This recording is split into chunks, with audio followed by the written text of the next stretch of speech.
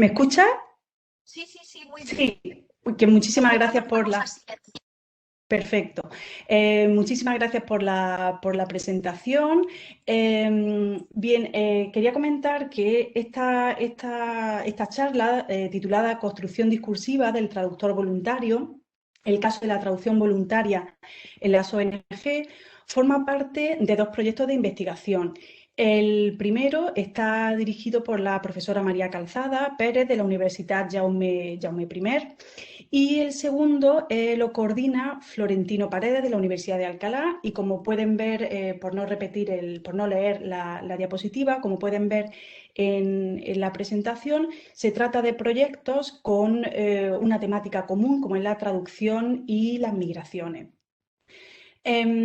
A modo de contextualización, a la hora de contextualizar este trabajo que voy a presentar y también de algún modo exponer las razones que nos han llevado a exponer, a poner en marcha este estudio, me gustaría destacar que la figura del voluntario en general, no solo de traducción, está adquiriendo un papel fundamental en nuestra sociedad, principalmente una sociedad que está caracterizada por cambios sociales, políticos y económicos. Y una sociedad donde recientemente pues, se suceden una serie de situaciones de crisis, de emergencia, como pueden ser la crisis de los refugiados y que suelen ser en algunos casos frutos de fenómenos variados, como en este caso la migración. Y de alguna forma, todas estas situaciones que crean una situación de necesidad, pues perfilan y moldean la figura del voluntario, que se hace más indispensable. Y esto lo podemos ver cada día, incluso en las noticias y en la prensa diaria. Esta situación hace, o este contexto, hace posible el estudio de los distintos agentes implicados en esta situación, como pueden ser pues, los migrantes, como pueden ser también los refugiados o incluso los voluntarios. Existen trabajos fuera del ámbito de la traducción que investigan al voluntario, la figura del voluntario, la acción del voluntariado y que consideran el voluntario imprescindible en el desarrollo de la sociedad. Otros trabajos pues, definen el voluntario, la acción del voluntariado, como una actividad altruista en el que las personas que están involucradas dedican parte de su tiempo a colaborar con organizaciones no lucrativas, no gubernamentales, que normalmente forman parte del llamado tercer sector social. Eh, todo ello lo que hace es que se relacione el concepto, la figura del voluntario con la idea de compromiso, de responsabilidad, de trabajo dentro de una comunidad y también lo que algunos llaman de buen ciudadano. Dentro de la traducción se habla también de traducción y voluntario o traducción voluntaria y hay distintos trabajos o distintas esferas de estudio, como puede ser cuál es la motivación del traductor, por ejemplo, en traducción audiovisual o traducción de videojuegos, cuestiones de ética también, cuáles son las consecuencias éticas o los planteamientos éticos que un traductor se puede reflexionar sobre ello, o la traducción colaborativa o voluntaria, la percepción que hay hacia la traducción colaborativa o voluntaria, y también recientemente estamos viendo trabajos sobre traducción y organizaciones no gubernamentales. Y es aquí donde enmarcamos nosotros nuestro trabajo, si bien nosotros nos vamos a aproximar a la figura del traductor voluntario a través del llamado análisis crítico del discurso. De forma muy breve, el análisis crítico del discurso es un modelo que proporciona un estudio analítico y teórico del lenguaje y la sociedad y que demuestra beneficio a la hora de estudiar cuestiones que están relacionadas con la identidad, con las desigualdades, con los grupos minoritarios, con el poder. Pero, sin embargo, no hay tantos trabajos relacionados concretamente con la figura del traductor voluntario. Sí, del voluntario, pero no del traductor voluntario. Y precisamente por ello, por lo que nosotros nos decidimos a iniciar este trabajo. Nosotros vamos a utilizar el modelo de Norman Fairclough, análisis crítico del discurso, que este autor es una figura clave de este paradigma, y también vamos a partir de su concepción del discurso como un elemento donde se materializan procesos sociales, de su postura del discurso como producción e interpretación de textos. Partiremos también igualmente de su teoría, donde se postula la construcción de una identidad de las relaciones de poder en la sociedad a través del discurso, del posicionamiento discursivo, lo que nos va a permitir analizar esa construcción discursiva del traductor voluntario en la ONG. Esta construcción discursiva, como ocurre en otros trabajos que utilizan el análisis crítico del discurso, va a tener, o supuestamente tiene, un impacto en la sociedad, en esa imagen de esa figura discursiva, cómo se proyecta, va a ejercer un posicionamiento en la sociedad y, por otro lado, podremos comprobar los tipos de discursos que existen del traductor voluntario en la ONG, cuáles son las tensiones, las relaciones de poder y las consecuencias que van a marcar su identidad social. Tomaremos también como punto de partida el trabajo reciente de Khan y Hon, que aplican el análisis crítico del discurso para conocer la construcción, la identidad discursiva del traductor voluntario en las plataformas online de Coursera. Nosotros, al igual que el estudio de Khan y Hon, vamos a dividir los discursos analizados en dos voces bien diferenciadas, como son los traductores que han ejercido tareas en una ONG y que continúan, y aquellos que lo han sido, pero que por distintas razones han dejado de ser traductores voluntarios. Y vamos a presentar brevemente el estudio cualitativo, es decir, vamos a interpretar el discurso de esas voces implicadas y veremos si tiene alguna implicación para la sociedad. En cuanto a los datos, esas voces provienen de exalumnos en práctica, exalumnos que realizaron sus prácticas en distintas ONG, del máster en traducción institucional de la Universidad de Alicante y del máster de la Universidad de Alcalá, comunicación intercultural, traducción e interpretación en los servicios públicos. Desde la secretaría de cada uno de esos másteres se lanzó un correo, se envió un correo donde se indicaba el estudio que se iba a realizar, y de forma voluntaria se le animó a participar en ese proyecto. Se obtuvieron 35 respuestas y de todos ellos se obtuvo el consentimiento para participar en el estudio. Los datos proceden de estos exalumnos, de un cuestionario inicial que nos sirvió para conocer el perfil del voluntario y para ver si seguían ejerciendo como traductores voluntarios, y luego una entrevista semi-estructurada. En cuanto al cuestionario, el perfil del participante, pues edad, nacionalidad, la lengua de trabajo, su situación actual, en qué ONG habían realizado las prácticas, tipología textual, cuáles eran los textos que traducían y, lo más importante, para proceder a la entrevista, si continuaban como traductor voluntario. En cuanto a las entrevistas, una vez teníamos ya ese dato, si seguían o no como traductores voluntarios, pues se realizó una entrevista semiestructurada con un guión para organizar esa entrevista, donde a los que continuaban como voluntarios en una ONG se realizaba la entrevista siguiendo esas preguntas: cómo resumirían su experiencia, el tiempo que llevaban realizando las tareas de traducción voluntaria, las razones que le llevaron a seguir con esas tareas de traducción voluntaria y cómo describirían su trabajo de traductor voluntario en esa ONG. Los que no tuvieron continuidad como voluntario en una ONG, pues las preguntas estaban más enfocadas a conocer las razones que le llevaron a abandonar esas tareas de traducción y cómo resumirían esa experiencia. En cuanto a los datos, no los voy a presentar todos porque lo que más nos interesa es la parte de la entrevista. El público era mayoritariamente femenino, de distintas nacionalidades y con distintas lenguas de trabajo, porque sobre todo en el máster de la Universidad de Alcalá se trabaja con el francés, con el inglés, con el árabe y con el ruso, y con el chino. Entonces, por eso se ve esa diversidad de nacionalidades. En cuanto a la ONG, la mayoría estaban centradas en la población migrante, como puede ser Salud entre Culturas o CEAR, que está dedicada al asilo y refugio. Bien, tras el análisis cualitativo que se realizó de esas entrevistas que fueron grabadas, fueron transcritas, de esos 35, 15 continuaban participando como traductores voluntarios y el resto no participaba como traductor voluntario. En estos fragmentos me voy a dedicar un poco a explicar esa interpretación y se pueden extraer algunas conclusiones de esas entrevistas. Por un lado, en cuanto a los traductores que continúan como traductores en una ONG, destaca el valor moral, una construcción discursiva del voluntario como un agente de cambio, con una responsabilidad en la sociedad, lo que se atribuye al concepto de buen ciudadano que he comentado anteriormente, a la persona para enfrentarse a injusticias sociales, etc. El traductor voluntario se retrata como aquella persona que tiene una misión dentro de la comunidad, lo que va a llevar a identificar la traducción como poder y como un valor universal que proporciona acceso a la educación y a la igualdad. El voluntario también se describe y se asocia como un acto de ayuda al otro y que puede tener consecuencias de cambio en la sociedad, como un portavoz de minorías. Así aparece, pues, algunos ejemplos de esa selección léxica de escucharse su voz, ayudar, etc. Junto con este valor moral también se encuentra el valor profesional y se construye una identidad donde el traductor adquiere experiencia laboral, conlleva responsabilidad, produce gran satisfacción, por lo que la persona de alguna forma se siente realizada. Es decir, podríamos decir en general que las personas que continúan con esa tarea de traducción voluntaria, pues se sienten con un poder de cambio. Esa traducción es un poder de cambio en la sociedad.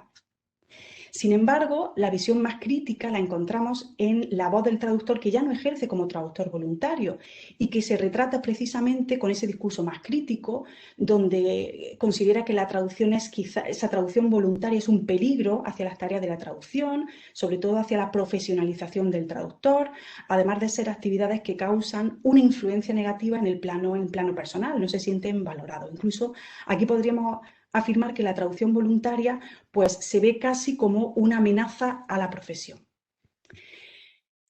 Aquí vemos otro de los extractos. En general, podríamos resumir la construcción discursiva, como tenéis ahí en esa diapositiva, el traductor voluntario como actor de cambio, la traducción como un enlace, como unificador, cultural hacia distintos estratos educativos, la traducción como una identidad personal y profesional. Sin embargo, la voz del traductor voluntario que no participa ya en esa actividad de voluntario de traducción, pues lo considera que repercute de una forma negativa, tiene consecuencias éticas y daña a esa profesión. Entonces podemos ver que existe una tensión discursiva entre los actores, porque los datos denotan que el traductor voluntario podría perder poder a través de esa identidad moral. Es decir, el traductor voluntario, como buen ciudadano que ayuda, iría en detrimento de esa visibilidad del traductor como profesional y, por tanto, ocuparía una posición pues, que podría considerarse débil dentro del sustrato económico-social y que en algunos casos, no en todos, es lo que realmente ocurre dentro de una ONG. Es decir, no hay recursos para facilitar esas labores de traducción, con lo cual la figura del traductor ocupa un papel un poco más no tan destacado como otras figuras. Ya para concluir, quisiera resaltar que se trata de un estudio preliminar sobre la construcción de la identidad que ha querido precisamente acercarse a dicha identidad a través del análisis crítico del discurso de dos actores implicados, que sería conveniente y recomendable claramente ampliar el estudio e incorporar las voces de otros agentes, como puede ser el de la propia ONG. En líneas generales, se trata de un discurso que está centrado en los cambios sociales, donde el traductor adquiere unos valores morales y profesionales a través de la traducción voluntaria, si bien sí creemos que existe una tensión discursiva según sea su posicionamiento.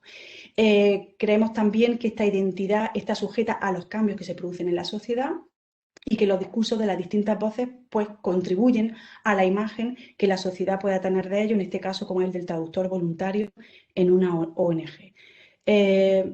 Con esto dejo las referencias de la presentación y bueno, estaré dispuesta a contestar las preguntas que consideren oportunas. Gracias. Pues muchas gracias, María del Mar. Enhorabuena por esa investigación que me parece muy interesante y muy pertinente para nuestros estudios de traducción. Te has ceñido al tiempo, fenomenal. Gracias. Voy un poco nerviosa por si me cortan. Me imagino. Damos comienzo al turno de preguntas. Las preguntas ya sabéis, si queréis las podéis formular de manera oral. Entonces habría que daros el rol de presentador, que eso no hay ningún problema, o las podéis escribir aquí en el chat y yo las voy planteando a los ponentes. Montserrat escribe: querida Mar, qué maravilla de proyecto, enhorabuena. Muchas gracias, Monse. Creo que la conozco, Monse. ¿Alguna pregunta más? Sí, os conocéis. ¿Alguna pregunta más? Esto es ahora el momento. Antes de que le corten a María del Mar. Volveré. Muy bien. Pues nada, pues planteo yo la pregunta. Y María del Mar, ¿cómo habéis llegado a este proyecto? A plantearos Esto, bueno, ya dijiste que es a través de los másteres que tenéis en Alcalá y que tenemos aquí en Alicante, pero concretamente, ¿qué os ha llevado a plantearos este problema de investigación? Pues principalmente porque yo trabajo, bueno, en el seno de esos proyectos, en el tema de la traducción y las migraciones.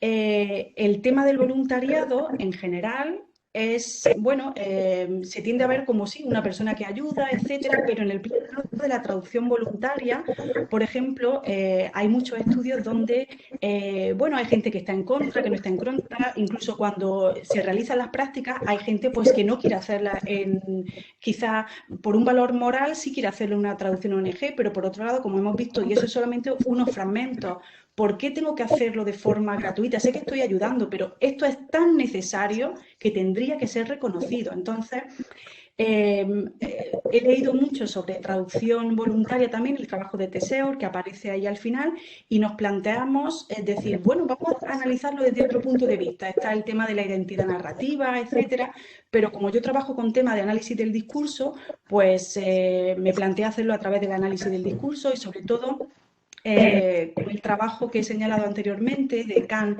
y Hon, que ellos lo aplican precisamente a la traducción voluntaria en las plataformas colaborativas. Entonces, es un tema que creo que, bueno, que es muy interesante y, a ver, hay que incorporar más voces. Obviamente, es un estudio preliminar. El análisis crítico del discurso es subjetivo.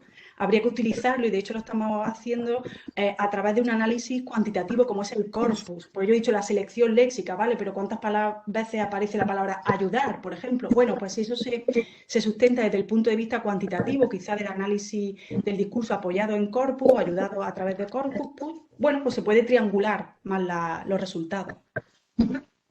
¿Hay alguna pregunta entre los presentados, entre los penalistas, los asistentes? Nos queda todavía 2 minutos. Aprovechar que está María del Mar. Que voy a desaparecer, sí.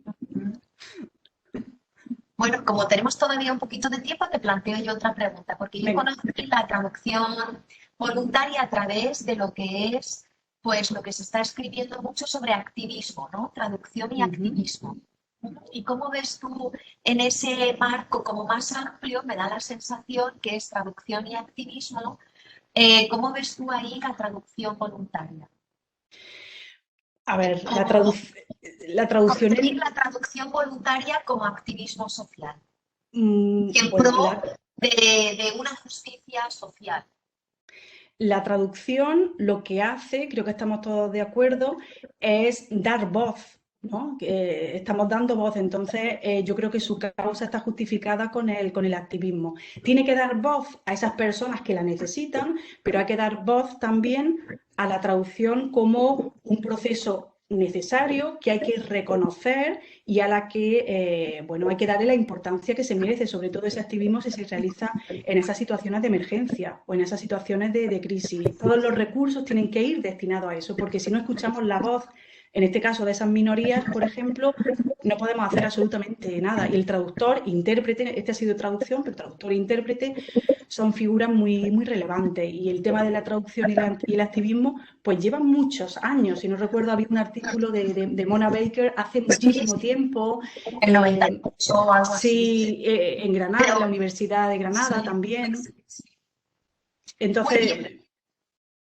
Pues si tenemos más preguntas o más comentarios, pues lo dejamos ya al final, que nos van a quedar unos 10 minutos.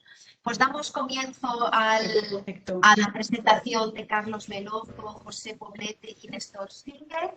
Carlos, ¿puedes ya compartir la pantalla con nosotros, con tu presentación? Ellos son profesores del Instituto Profesional EATRIC en Santiago de Chile. Muy bien, Carlos. Sí, Antonia, ¿podrías invitarles al profesor Singer como panelista? Ajá. Eso está entre los asistentes. José, ¿tú ese lo puedes hacer? Sí, ponle organizador. Ajá, ok. Tú ya puedes empezar, Carlos, sin ningún problema. Buenos días. A ver. Perdona, Carlos, repíteme el nombre del panelista. Néstor Singer. Néstor Singer.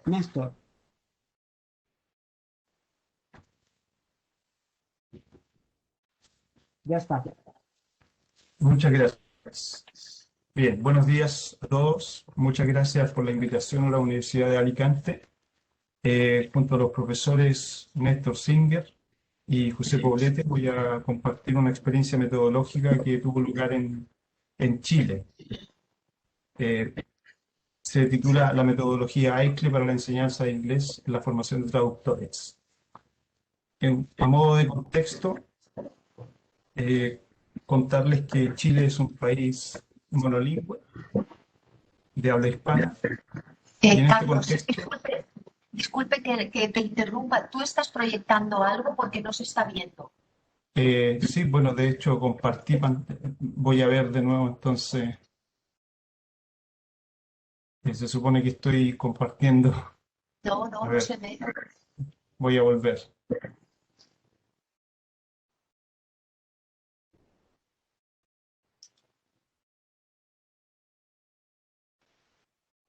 No deberías tener ningún problema para compartir.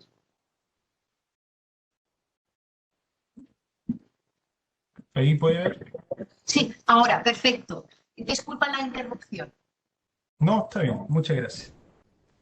Ya, entonces les conté que junto a los profesores Poblete y Singer, ya desarrollamos esta experiencia metodológica desde el AICLE. Ya voy a explicar de qué se trata el AICLE. Y bueno, en el contexto de formación de traductores e intérpretes en Chile. En Chile, a modo de introducción, les cuento que Chile es un país monolingüe de habla hispana, en el que los estudiantes de traducción tienen que desarrollar su competencia lingüística a la par con su competencia traductora. Y en esa realidad, consideramos que la metodología AICLE era adecuada para propiciar el desarrollo de ambas competencias. AICLE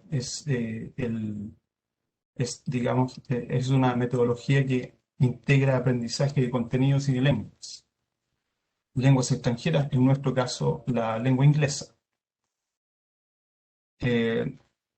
¿Cuáles son algunas de las características de esta propuesta metodológica o de este enfoque? En primer lugar, que integra contenidos, aspectos culturales, comunicación y aspectos cognitivos.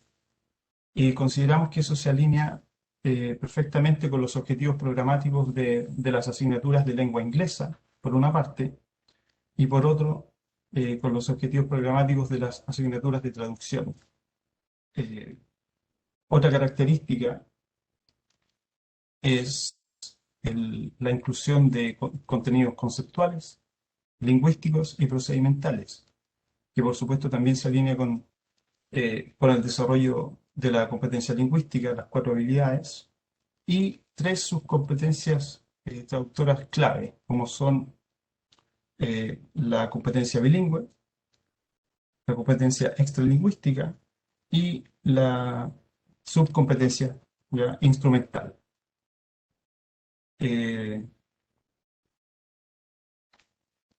También desde este soporte teórico quisimos entonces desarrollar esta propuesta metodológica en 3 etapas.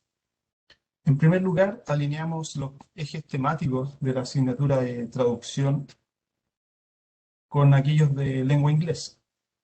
Y como resultado tuvimos esas 3 temáticas que ustedes ven ahí: biografías, ciudades históricas, cultura y mundo culinario. Estas 3 líneas temáticas se plasmaron en la creación de material didáctico ya en la segunda etapa del proyecto, y también de estrategias de evaluación. Esas estrategias de evaluación en el fondo contribuían a desarrollar distintas competencias. Están, por una parte, las pruebas orales que tuvimos, una presentación, pruebas orales, trabajo de producción escrita, y también los exámenes más convencionales de una asignatura de lengua inglesa, en que se incluyen también evaluación de comprensión lectora y evaluación de comprensión auditiva, entre otras. Ya en una tercera etapa, quisimos evaluar este proyecto desde dos perspectivas, cualitativa y cuantitativa.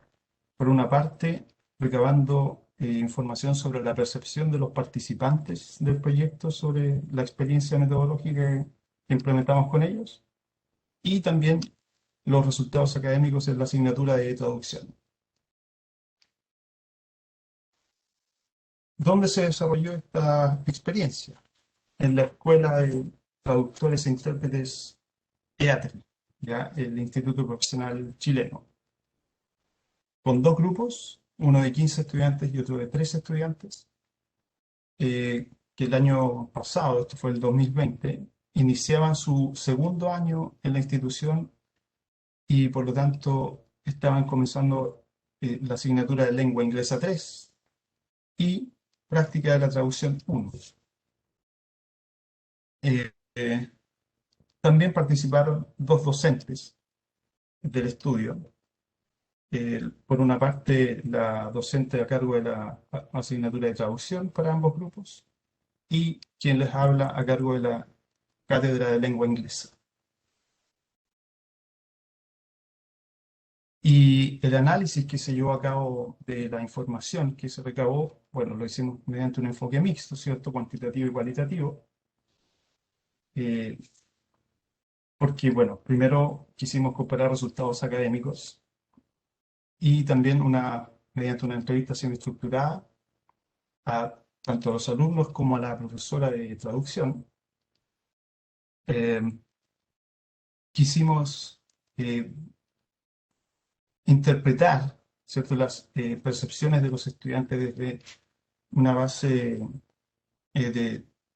teórica fundamentada, ya que se codificaron y se categorizaron las percepciones de los estudiantes.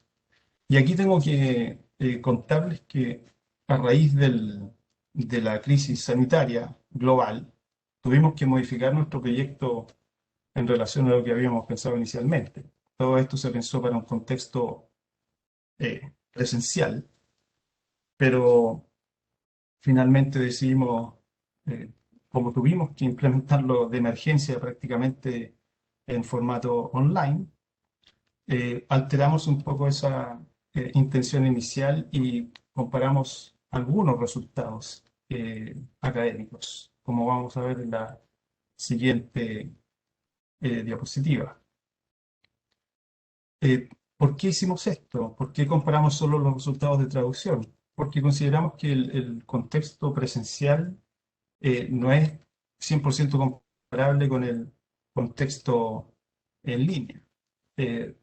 Sin embargo, en la asignatura de traducción, dado que las evaluaciones fueron más que nada de forma sincrónica, era un contexto más similar al que se da de forma presencial. De todas formas, los resultados y las mejoras que ustedes ven aquí en la comparación entre los 3 años que consideramos en modo presencial versus el semestre o el año que se tuvo en formato online, no pueden ser concluyentes, por supuesto.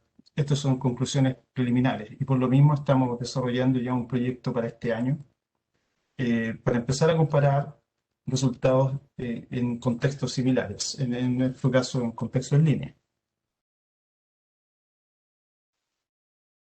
Y en cuanto a la información cualitativa de la percepción de los estudiantes, nuestra entrevista abarcó 5 dimensiones. En primer lugar, la experiencia con el material didáctico, y en general los estudiantes consideraron que el material didáctico era mucho más motivante que un texto convencional, que les pareció útil el hecho de haber alineado las temáticas con la asignatura de traducción, consideraron que el grado de exigencia era adecuado y por supuesto que consideran que les ayudó en su desarrollo en la asignatura de traducción. Lo mismo pasó con las estrategias de evaluación que se implementaron. Se valoró el trabajo en grupo, se valoró el hecho de propiciar la investigación para el desarrollo de trabajos escritos o presentaciones. también les ayudó a encontrar nuevas fuentes de información. Pero, ¿cuál fue la crítica en cuanto a las estrategias de evaluación? El tiempo. Lamentablemente, por estar recién ajustándonos al contexto en línea, costó mucho calibrar los tiempos de los exámenes escritos, por ejemplo, a la implementación en línea. En cuanto a los aprendizajes significativos y competencias transferibles, les pareció que la cátedra de lengua inglesa contribuyó en su comprensión de las temáticas tratadas en traducción, así como en el desarrollo de sus habilidades investigativas y el conocimiento de fuentes de información relevantes. Y por supuesto teníamos que agregar la cuarta dimensión, o la desconocida en estos momentos, para muchos en ese momento en que comenzamos la implementación de las clases en línea. Y básicamente el contexto fue muy desfavorable para el desarrollo de competencias orales, ya que la participación disminuyó, la interacción entre pares disminuyó, y al tener clases más cortas, al tener dificultades con audio, con internet, etcétera, fue una de las debilidades de la implementación del proyecto. Y por lo mismo, las proyecciones y las sugerencias tienen que ver con mejorar el dominio de parte del profesor, especialmente el dominio de las plataformas que en el fondo propicie la interacción entre estudiantes, y en el fondo también es un aprendizaje para mí como el profesor que implementó la asignatura. En el fondo el dominio de la plataforma derivó o el poco dominio de las plataformas derivó en estos problemas que se descubrieron. Y bueno, también entrevistamos a la profesora de traducción para ver qué le había parecido a ella el desempeño de sus estudiantes con esta nueva metodología. Y aquí hablamos de dos dimensiones. Por una parte, el desarrollo de la competencia traductora de sus estudiantes, y, las sugerencias que nos hizo para futuras implementaciones. Ella percibe que hubo una mejor comprensión lectora que se evidenció en la resolución de los problemas de traducción que veían en las cátedras de traducción.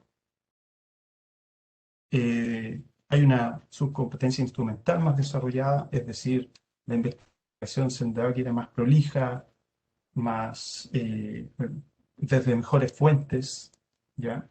Pero la subcompetencia extralingüística no era tan fácil de detectar en el contexto en el que se dio esta metodología, ya que las temáticas que se trataron, biografías, ciudades históricas, entre otras, no permiten evidenciar que la competencia extralingüística está completamente desarrollada. Y eso tiene que ver con las proyecciones y las sugerencias que se nos hicieron. Por una parte, se nos sugiere abarcar o abordar temáticas más específicas del lengua inglesa. Por supuesto que eso se va desarrollando en el avance curricular. Siempre se comienza la traducción en este contexto en el instituto, desde temas muy generales y de difusión general, nada muy específico. Por lo tanto, con temáticas ya más específicas como economía o como medicina, etcétera, puede desarrollarse la competencia extralingüística más en profundidad. Y bueno, en el fondo nos sugiere que esto se haga, ojalá a lo largo de todo el avance curricular, y constituirse no solamente en un apoyo para la asignatura de traducción, sino también para la asignatura de interpretación. Y bueno, ese es un tema que queremos plasmar en en proyectos futuros. Este año ya estamos desarrollando una segunda versión para otra asignatura, para Lengua Inglesa 4, que va a estar en paralelo con Práctica de la Traducción 2. Y Nuestras conclusiones obviamente destacan fortalezas y debilidades. En primer lugar son conclusiones preliminares, ya que por ser la primera vez que se implementa esta metodología y además que coincidió con el formato virtual, ¿ya? Sí creemos que, aunque sean conclusiones preliminares, la metodología AICLE parece responder a la necesidad formativa de traductores en Chile, ya que en el fondo aborda competencias lingüísticas y subcompetencias traductoras clave, como son la instrumental, la extralingüística y, por supuesto, la bilingüe. Y en general el material que se desarrolló es material auténtico, son tipos textuales que se trabajan en la asignatura de traducción y eso en comparación a los textos que ofrece el mercado para la asignatura de lengua inglesa es una mejora considerable. Las limitaciones tienen que ver con el alcance de los resultados, por supuesto, ya que por ser una primera experiencia no se puede generalizar, pero de todas formas creemos que es una metodología que tiene bastante potencial. Y hay que empezar a analizar con temas más específicos y, por supuesto, de parte de los profesores, mejorar el uso de las plataformas. Sin duda que va a propiciar el desarrollo de habilidades escritas y habilidades orales mucho más. Eso es lo que les puedo comentar por ahora y muchas gracias por su atención. Muy bien, Carlos, muchas gracias a ti por este interesante proyecto que habéis llevado a cabo en vuestro Instituto Profesional AETRI. Damos comienzo al turno de preguntas, dudas, comentarios que queráis hacer. Ahora es el momento, las podéis hacer oralmente, las podéis escribir en el chat.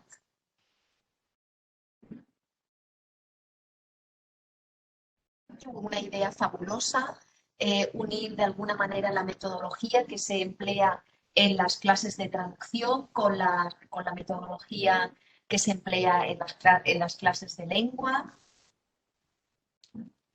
¿Hay alguna pregunta? No sé si me da el tiempo como para contar el porqué del proyecto. Pues un minuto. Sí, lo que pasa es que en general los profesores de lengua inglesa en Chile, a nadie se nos enseña cómo formar traductores. A nosotros se nos enseña a hacer clases en colegios, digámoslo.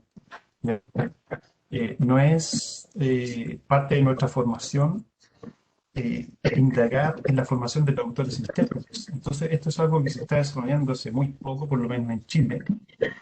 ¿Ya? Yo aprendí sobre la competencia traductora mucho después de haber terminado mi pregrado en pedagogía.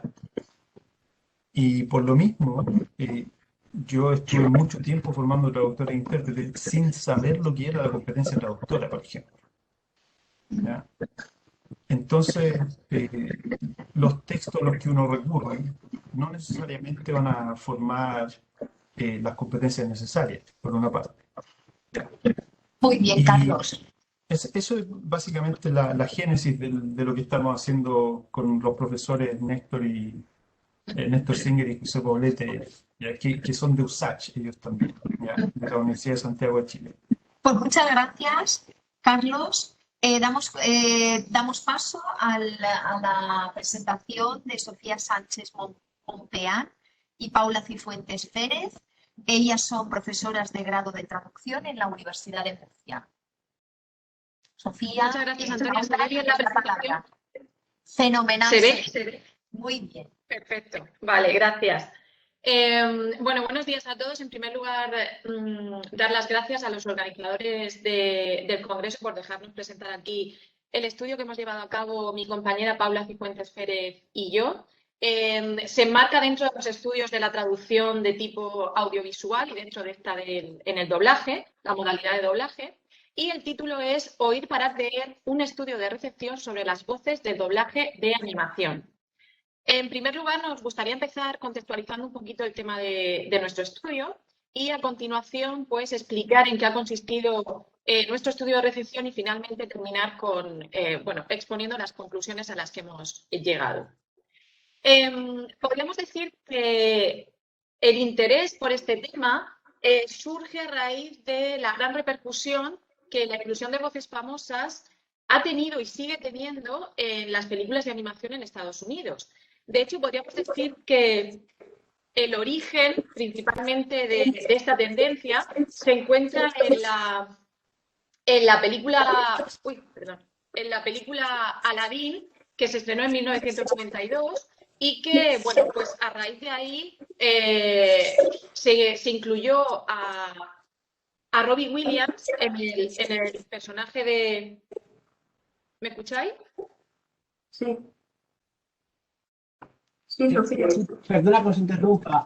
Quizás sería conveniente que Paula apagara el micrófono y cuando ella interviniese, pues lo enciende. Porque si no hay eco. ¿Vale? Vale. Mientras tú hablas, que Paula lo tenga apagado y luego ya puedes intercambiar. Perdonad. Perfecto, sí, sin problema. Sí, yo también estaba escuchando un poco de eco y por eso no sabía si se me estaba escuchando bien. Vale, iba diciendo que el origen de esta tendencia lo encontramos en la película Aladdin, que se estrenó en 1992 y que incluyó a Robbie Williams en el papel del genio de la lámpara y, bueno, pues su gran interpretación tuvo muchísimo éxito y una gran repercusión. Podríamos decir que a partir de ahí esta tendencia fue en aumento y pues todas las películas de animación o la mayoría de ellas empezaron a recurrir a voces famosas porque vieron que tenían bastante tirón.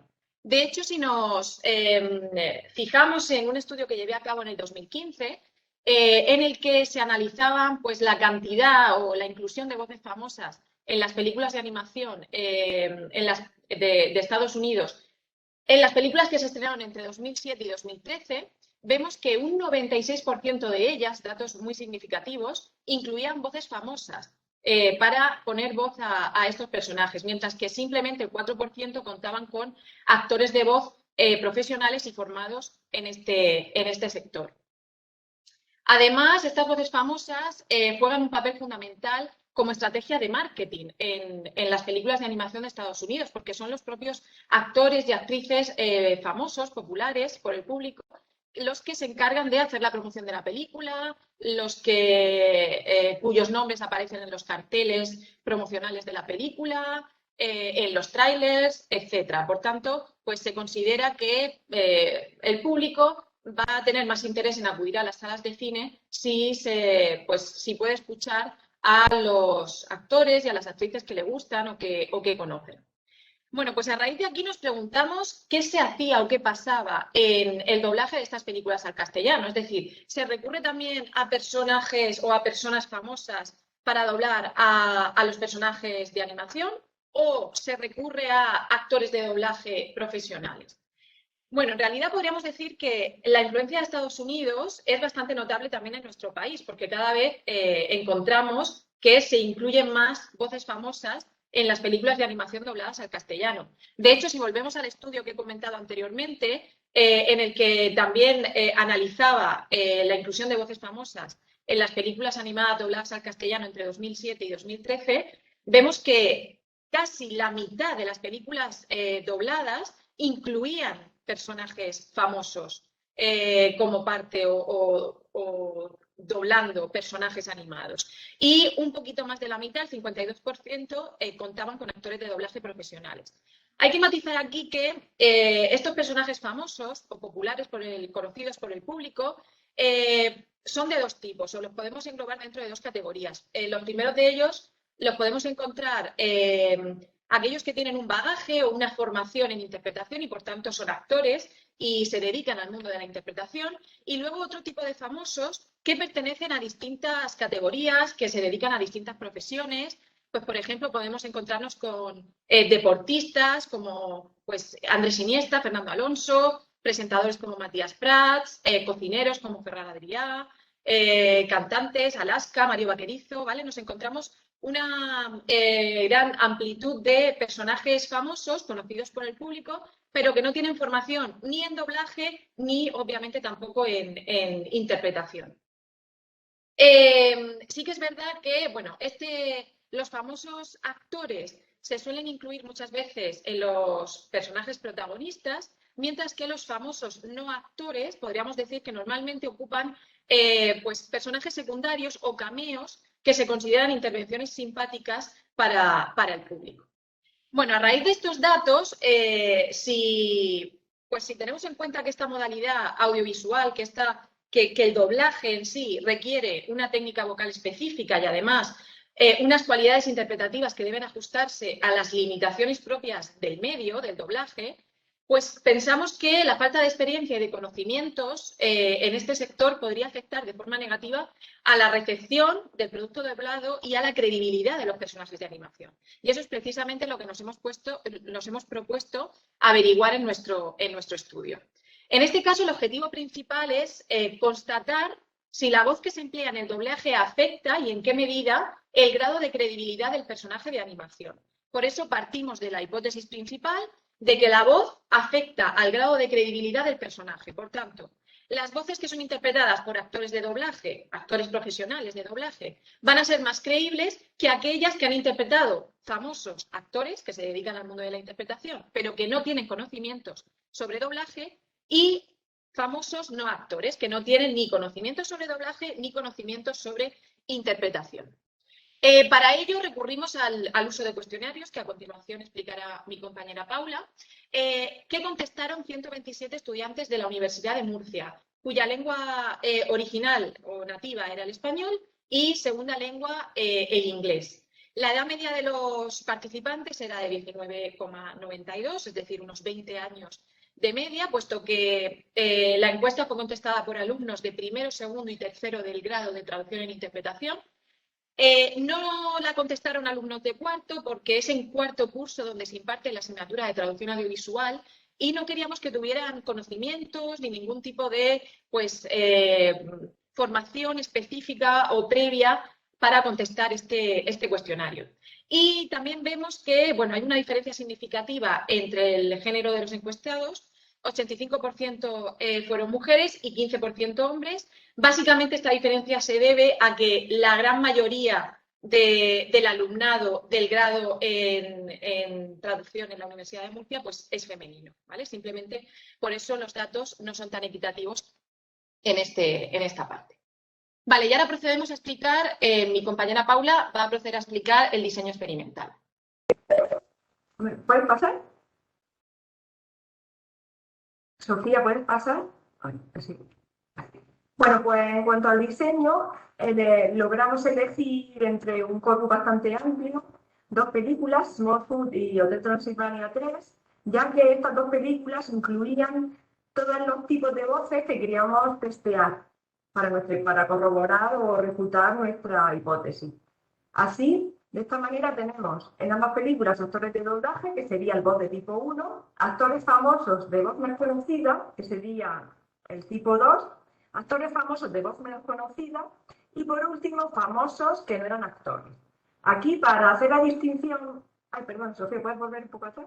Para hacer la distinción entre actores de voz más conocida y menos conocida, hicimos un pequeño estudio previo con una pequeña muestra de 20 participantes, que eran distintos a los que participaron luego en esta parte del estudio. Ahora sí. Vale. Bueno, seleccionamos un total de 4 clips por película, es decir, empleamos 8 y la duración máxima fue de 30 segundos por clip, para no cansar al alumnado. Y bueno, lo que tenían que hacer en este estudio era visionar el clip cortito. La primera vez que veían cada película se les preguntaba si la habían visto o no, y luego ya se les preguntaba sobre el grado de credibilidad de la voz del personaje.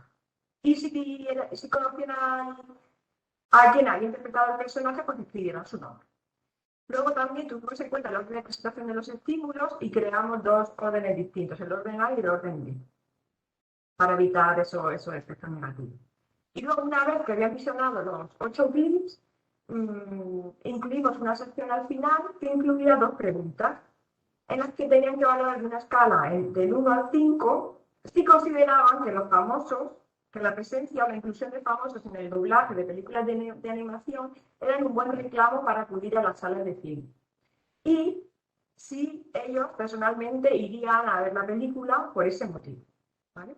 Bueno, en cuanto al procedimiento, el estudio se hizo online mediante, bueno, pasamos esos dos enlaces, hay dos porque uno tiene un orden con el orden A y el otro representa el orden B.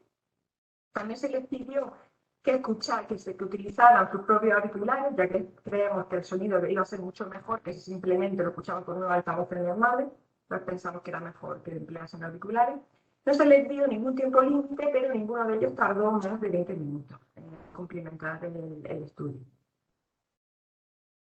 Bueno, ya pasando a los resultados, pues empezando con la estadística descriptiva, bueno, esta tabla muestra la media y la desviación estándar de las puntuaciones del grado de credibilidad para cada película y para cada tipo de voz. Entonces vemos aquí cómo tenemos cada Hotel Transilvania, Smallfoot, y luego a la izquierda tenemos los 4 tipos de voz.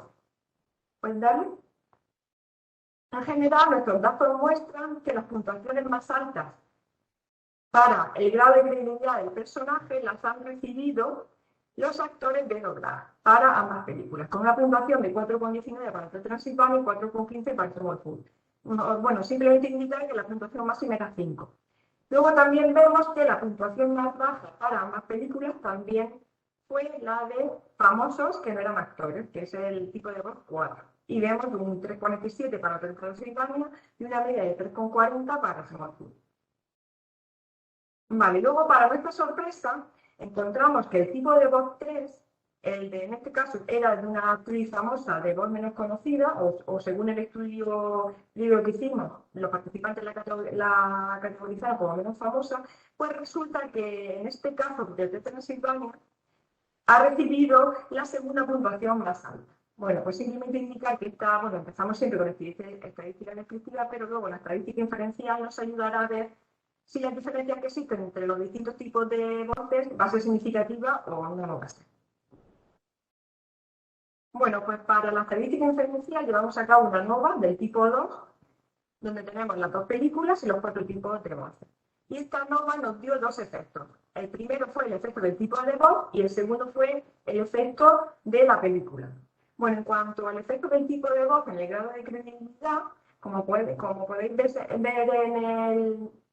en el gráfico, bueno, se observa en general un patrón similar para ambas películas y la NOVA, al darnos estadísticamente significativo este efecto, pues indica que el grado de credibilidad del personaje parece depender de la voz de la persona que va a doblar.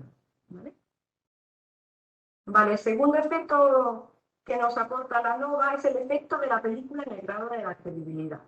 Y como se puede ver en el gráfico, resulta que las puntuaciones son ligeramente más altas para la película de Hotel Transilvania frente a la de Smallfoot. Como veis, lo de la barrita azul corresponde a Hotel Transilvania, lo de la barrita naranja corresponde a Smallfoot. Y vemos cómo en todos los casos es ligeramente superior las puntuaciones en general para Hotel Transilvania. Y por eso la NOVA nos dio ese efecto. Bueno, y también la NOVA dijo, nos confirmó que no había ningún efecto entre ambos factores, entre la película y el tipo de voz, lo que es muy buena señal, porque esto quiere decir que el patrón para ambas películas es similar y que el hecho de que una película no condiciona que un tipo de voz se considere como más creíble que el otro. ¿Vale? Eso es un dato también importante.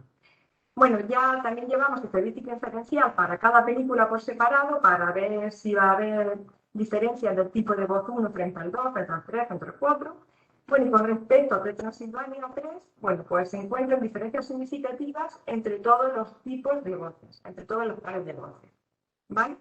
Pero hay un caso en el que no se da, y es el caso del tipo de voz 1 y el tipo de voz 3, que corresponde a la voz interpretada por el actor de doblaje y a aquella voz que recibió la segunda puntuación más alta, que es la de la actriz famosa de voz menos conocida. En este caso, las puntuaciones están muy próximas y no hay diferencia significativa entre ellas. Quiero decir, según los hablantes, ambas voces son igual de creíbles. Con respecto a Smallfoot, simplemente encontramos 2 casos de diferencias significativas, pero son también muy importantes porque nos revelan que los participantes han notado diferencias en el grado de credibilidad entre los actores de doblaje y el famoso que no era actor, y también entre el actor de doblaje y la actriz famosa de voz menos conocida. Bueno, en cuanto al bloque de preguntas finales, pues bueno, vemos, la primera pregunta era sobre si la inclusión de famosos en las películas de animación era un buen reclamo, y vemos con una media de casi 3 puntos que nuestros informantes pues opinan que sí que puede ser más o menos un buen reclamo, pero luego vemos que en la segunda pregunta, un 2,20 de 5 puntos, que lo que sugiere que realmente no condiciona el ir a las salas de cine simplemente porque se incluían voces de famosos. Y nada, y aquí tenemos una serie de opiniones pues, que respaldan un poco también todo lo que hemos ido viendo con estos datos cuantitativos. Por ejemplo, tenemos aquí, bueno, no sé, vamos un poquito ajustado de tiempo quizá, ¿no? Bueno, leo la última, que es muy breve. Personalmente, lo importante es que la voz suene bien y se ajuste al personaje. Es decir, que parezca natural, más que el doblaje se ha hecho por una persona famosa. Y nada, y ya para concluir, pues los datos en general confirman nuestra hipótesis, es decir, la voz de la persona que ha realizado el doblaje ha condicionado la recepción del mismo, es decir, ha influido en cómo los participantes, los informantes, han creído en ese personaje. También indica que, como ya hemos comentado, acabamos de comentar, pues que las voces famosas sí que llaman la atención del público, pero en este caso, por lo menos en nuestra muestra de 127 participantes, no parecen condicionar la decisión de ir a las salas de cine. Y nada, simplemente para cerrar, pues estudios como este, hay muy poquitos y creo que sería muy interesante que tengan en cuenta todos estos resultados que tienen implicaciones muy relevantes para la industria audiovisual. Muy bien, Sofía y Paula, muchísimas gracias por vuestra presentación, muy interesante y sobre todo muy provechosa y beneficiosa para la industria audiovisual y muy pertinente. Tenemos preguntas para Sofía y Paula acerca de su estudio, muy ameno, sobre todo para las que tenemos niños, los que tenemos niños. ¿Hay alguna pregunta? Y pues la formulo yo. ¿Cómo os ha surgido este estudio? Porque me parece muy original y muy... Efectivamente, preguntarse, vamos a ver si tenemos voces conocidas, en español también tenemos voces conocidas y hacer ese estudio, esa clasificación que habéis hecho. Pues básicamente, bueno, la verdad es que este tema es un tema que no se ha investigado absolutamente nada. A mí se me ocurrió hacer un primer estudio en 2015 porque empecé a leer en foros y en blogs que se criticaba mucho a los actores que participaban y a los famosos no actores que participaban en películas de animación. Y luego también comentarios de actores de doblaje que se quejaban un poco de intrusismo en su profesión por parte de personas que realmente no tenían formación y que, bueno, se dedicaban a esto simplemente porque eran famosas. Entonces, simplemente, la verdad es que me generó muchísimo interés y empecé casi por gusto o por hobby a analizar películas y películas y películas y para ver la tendencia que se seguía en España y si realmente había una mayoría de inclusión también de famosos en las películas al castellano dobladas. Y efectivamente vi que sí, que había una tendencia muy alta. Y ya a partir de ahí, pues tenía ganas de seguir con este estudio, de continuar como en cuanto a la credibilidad, cómo influye a la credibilidad de si el personaje es más creíble o no, y nos animamos a seguir investigando sobre este tema. Pues muy interesante. Gracias. ¿Alguna pregunta más? Hola, disculpad, pero he llegado tarde, muy interesante, os dicen, y no sé si lo habéis mencionado. El doblaje de Memorias de Idú, que tuvo una recepción control, ¿creéis que vuestras conclusiones se aplican también a este caso? A mí personalmente, dice María Rosario, sí me condicionan las voces a la hora de escoger qué veo o no. Entonces la pregunta es, ¿creéis que vuestras conclusiones se aplican también a este caso, al caso de Memorias de Idú? podría ser, por supuesto, aunque nosotros hemos analizado un corpus determinado, se podría aplicar a muchas otras películas. El corpus que hemos seleccionado era porque incluía todos los tipos de voces que nos interesaban analizar. Pero efectivamente hay otras películas de animación que incluyen uno o varios tipos de estas voces y que también podría afectar a la credibilidad. De hecho, sí que es verdad que es bastante notable que cuando participan famosos, sobre todo que no tienen bagaje en interpretación, en formación en interpretación, sí que resultan menos creíbles en general. Y además, tenemos que pensar que el doblaje requiere una técnica específica y que no solo requiere unas cualidades interpretativas que son necesarias, también el hecho de formarse en el doblaje, saber cómo se lleva a cabo esta técnica que es, pues, única, ¿no?, en su especie, por así decirlo. Muy bien, muchas gracias. Tenemos que pasar al próximo panelista. Let me introduce you, John D. Sanderson. He's professor at the University of Alicante. Thank you very much. John.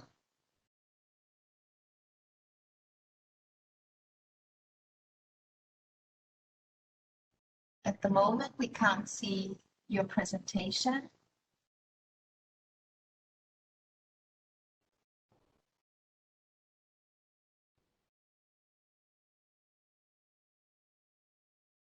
At the moment, we can't see your presentation. Yeah, now. Okay.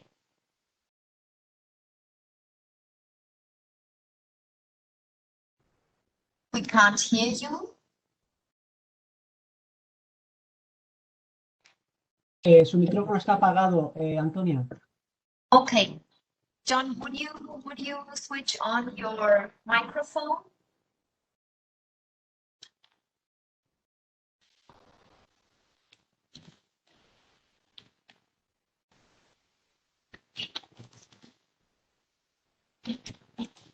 Can you hear me now?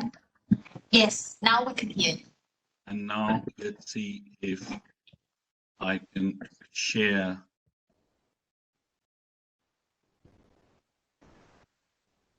the presentation again. Now we can see your presentation. Fine. So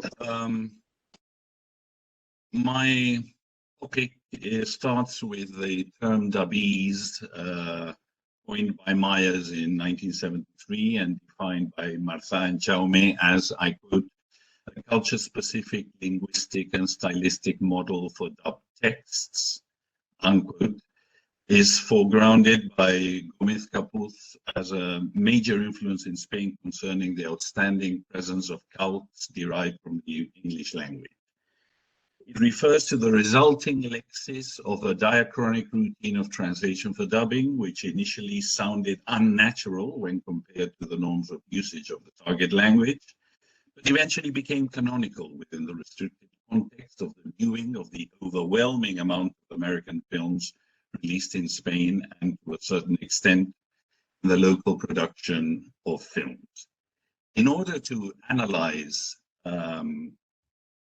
let's see, can I share the whole? Fine. In order to analyze the influence of this dubese in both reception and creation, I have chosen a film genre, the American Western, because in origin it generated new models of reality and new patterns of language by means of translation for dubbing in Spain. But also because the Spanish film industry eventually started producing its own Westerns with local scriptwriters. The aim is to diachronically study how the specific lexics for the genre was developed and how it affected the target context creative work. I have compiled for this presentation 15 American Westerns and their dubbed versions into Spanish, which were released nationally between the 40s and the 70s, chosen on the basis of the presence of specific words or phraseological units in the source texts, whose translation have determined a distinctive canonical lexis for the genre in the Spanish target context. Covers from Stagecoach, released in Spain in 1944, to the Oxbow Incident, released in Spain as Incidente in Oxbow in 1973, so I can contrast the result with another corpus of Euro-Westerns written by Spanish scriptwriters and released between 1964 and 1974. The films are listed in the chronological order of the commercial release in Spain, which is relevant for the analysis of the diachronic formation of this lexis and the target context. The fact that the last film of the corpus was released in Spain, the Oxbow Incident in Oxbow, 30 years after its American premiere, can give you an idea of the influence of censorship during the period. But I will not have time to go into censorship as an issue in this presentation. Regarding general translation, it has usually been considered a positive issue, more comparable to source and target situational contexts, the greater the degree of equivalence, following Jacobson's terminology, that can be established. And concerning audiovisual translation, Paresi in 2005 pointed out that in any case, translation for dubbing tends to neutralize markers of sociolinguistic and cultural variation, which belong to the source cultural context in order to ease the reception of the target texts. I had this impression analyzing the first film in the corpus, Stagecoach, La Diligencia. 4 minutes into the film, we can find the following dialogue that you can see. If we analyze the translation of the 3 distinct terms emphasized in this excerpt, we can first observe that if Marshall was considered a federal law enforcement authority, Comisario, used in the dubbed version the 7 times it appeared in the source text, was the most suitable translation, since in Spain it is also a figure of national authority. And as escopeta is the full equivalent in Spanish for shotgun, and escopetero is, according to the Real Academia de la Lengua, the etymological derivation to refer to the man who carries it, it would also stand as the closest translation for shotgun guard. Jose, however, was a more difficult translating issue, since it does not have a full equivalent term in Spanish to refer to, I quote, in the past, a group of men in the US who were brought together to catch a criminal, unquote, from Cambridge Dictionary, even though this practice did exist, though unofficially, during the Spanish dictatorship. The chosen translation, rurales, refers to guards who were in charge of protecting countryside property, not an equivalent to the term of the source text, but its shared etymological origin from Latin rur, countryside, contributed to establish in Spanish a coherence with the iconographic mode of the film. These terms, which are shared by both cultural contexts, were at the same time coexisting in the Spanish version with Anglicisms such as whiskey or sheriff, which already existed before the advent of sound in film. Sheriff, for instance, had been used by acclaimed Spanish writer Benito Pérez Galdós in 1905. It was already a canonical term as much as whiskey. However, these 3 words I point out in this excerpt disappeared, comisario, escopetero, escopeta, and rurales, in the subsequent dubbed versions of American Westerns. Here you can see in the following film of the corpus how Marshall was translated as the more popular Anglicism sheriff, first hint at the upcoming prioritized foreignization of the the distinctive lexis of Westerns. Shotgun, or the equivalent of shotgun guard, is translated as vigilante, as not as escopetero, but I would like to point out that in the 20 times it appears in the rest of the corpus, when it refers to a weapon, it was translated as mainly as rifle, which derives from Anglicism rifle, even though it refers to a different kind of weapon. A more blatant shift towards foreignization can be observed with the translation of the most usual term in the corpus of American Westerns, gun.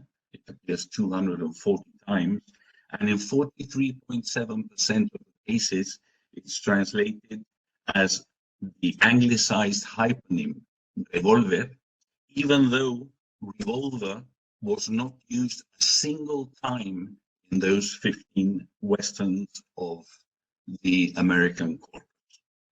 This foreignizing tendency was proved not only with these Anglicisms, but with other linguistic figures such as the lone shift that you can appreciate below when translating saloon, which is a place where alcoholic drinks are sold and drunk, with the astounding salon in 6 of the 15 dubbed westerns in which the term appeared, when this word salon already existed in Spanish to refer to living room or lounge.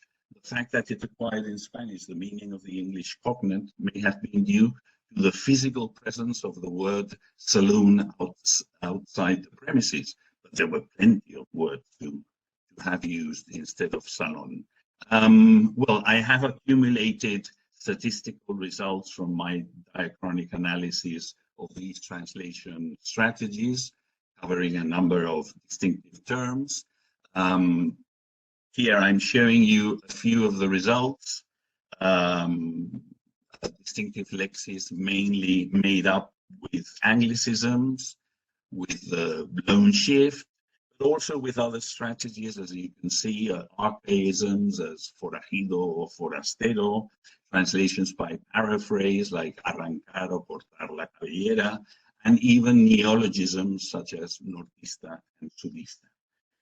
From the results obtained, there seems to be a general tendency towards foreignization in the translation for dubbing of the genre, which would aim at following Sperber and Wilson's terminology, and ostension by means of a repeated use of terms that would make the canonical lexis of the Westerns distinct, brushing aside normative terms that sounded too close to everyday language.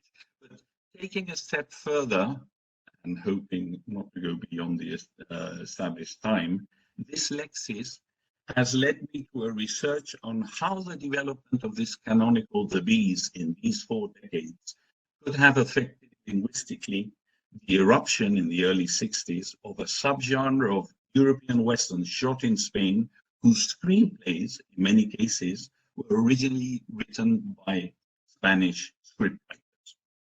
I have put together here a corpus of 15 as well, this time European Westerns, of the 60s and 70s, whose scriptwriters were Spanish, in order to develop a comparable corpora with the dubbed versions of the American Westerns mentioned before, and also because, in a final twist, these films were eventually released in the United States under the titles you can see in English, unusually dubbed into English, which also allows for the development of yet another parallel corpus with which we can verify whether the pervading dubise reverts into the cultural context it hypothetically comes from.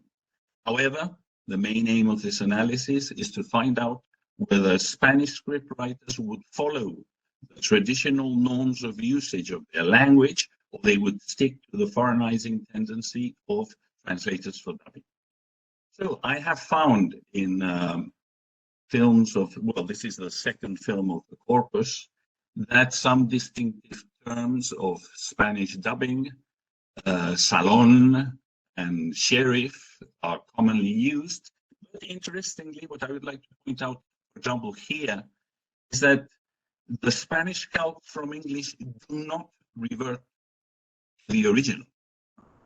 So we don't have saloon and sheriff here as translation. We have other words. But even more remarkable is what they drink in the salons. In this same film, we find a new Anglicism, Bourbon, which obviously derived from bourbon, but from bourbon is a term that has never appeared in any of the 15 original American Westerns.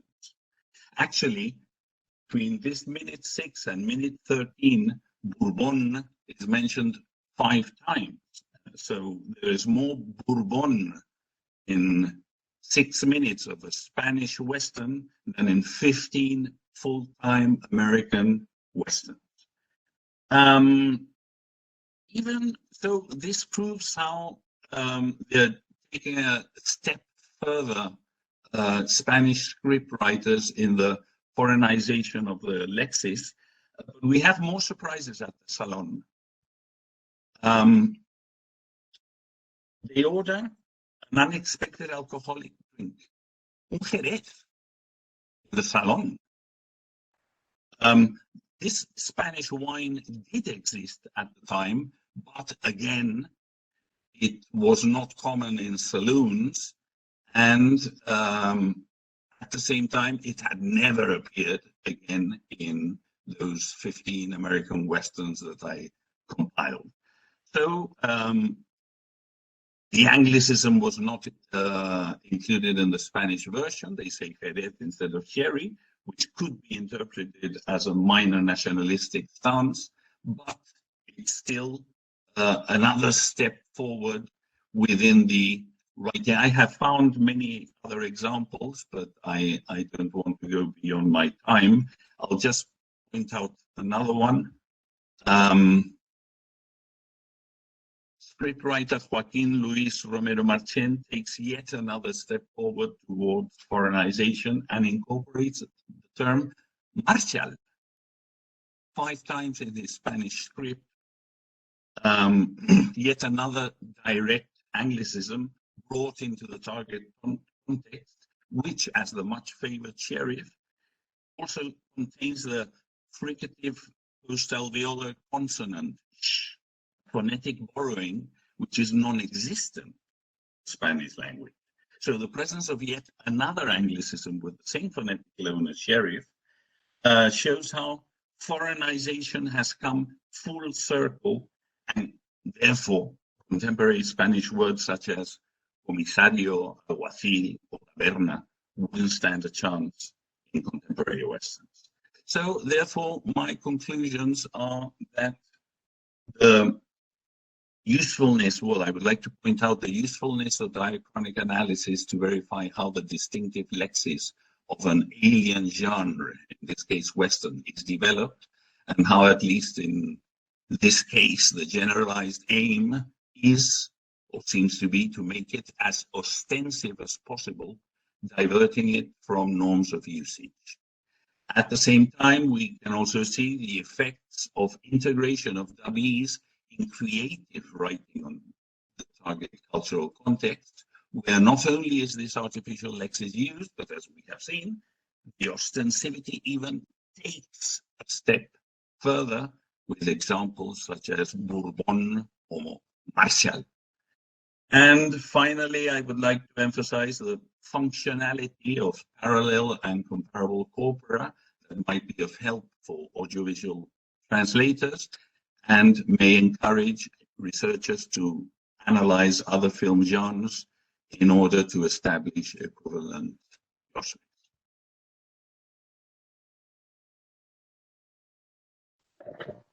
Thank you very much, John, for this very interesting presentation. You may ask questions now.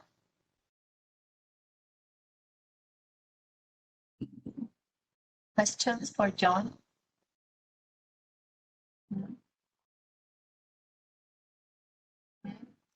It is now a very good occasion because, you know, he's one of the leading researchers in audiovisual translation. No questions?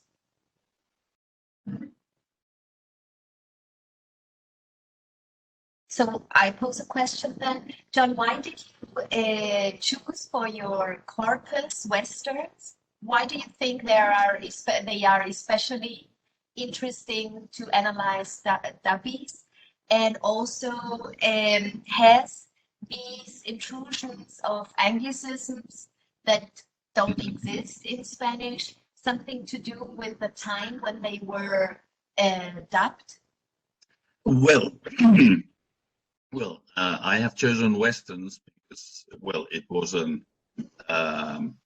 genre in which I could more clearly analyze as an alien genre originally that were eventually produced here in Spain, their Spanish equivalents, and then it was interesting for me to be able to develop both parallel and comparable corpora. And also because I found the versions of the Spanish westerns dubbed into English, which is extremely unusual because mainly foreign productions for the English-speaking world are subtitles. Actually, I'm going next year to New York to visit some of these dubbing studios, trying to dig into the information about why this happened and how it happened. On the other hand,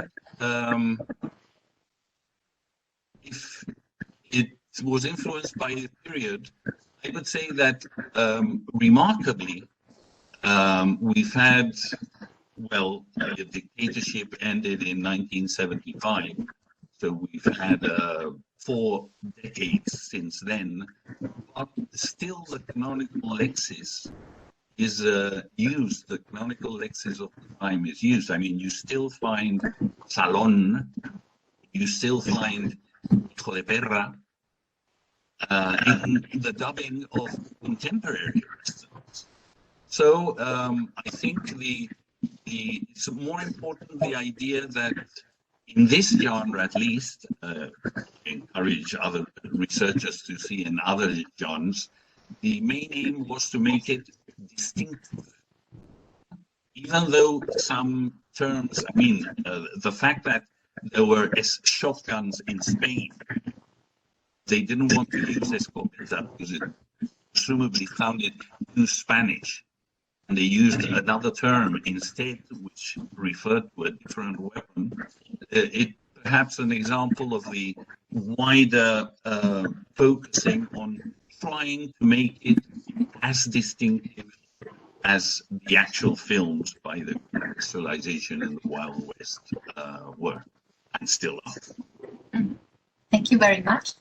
Another question, comment you want to make? No? So I pose another question that interests me. So do you think then, John, that as in literary translation, where we say after 15 years there should be a retranslation of the literary text, should there be a redubbing of a classical film, of a classical movie? Well, I'm giving a descriptive analysis, obviously, of what is actually happening, but it's remarkable, for instance, in this final film that was released in this Oxbow incident, incidente in Oxbow, which was released in the States in 1943 and in Spain 30 years later, but still under the dictatorship, in its death throes, but it was still the dictatorship. If you want to watch Incidente en Oxbow in Spanish nowadays, it still has the dubbing of 1973. And there are so many omissions and modifications relating to the censorship rules imposed at the time that in this example, which is quite obvious, I think that a new dubbing, new translation for dubbing and a new dubbing should be formed. Is there another question, a comment for John? No? So thank you for joining. Thank you very much for joining this panel. It has come to its end, and I wish you all the best. And stay safe. That's the most important now in these times. Thank you very much to you all. Thank you, Greetings from Alicante and greetings to Alcalá, to Chile, and so on. Bye bye. Bye bye. Thank you. Bye. Bye. Thank you. Goodbye.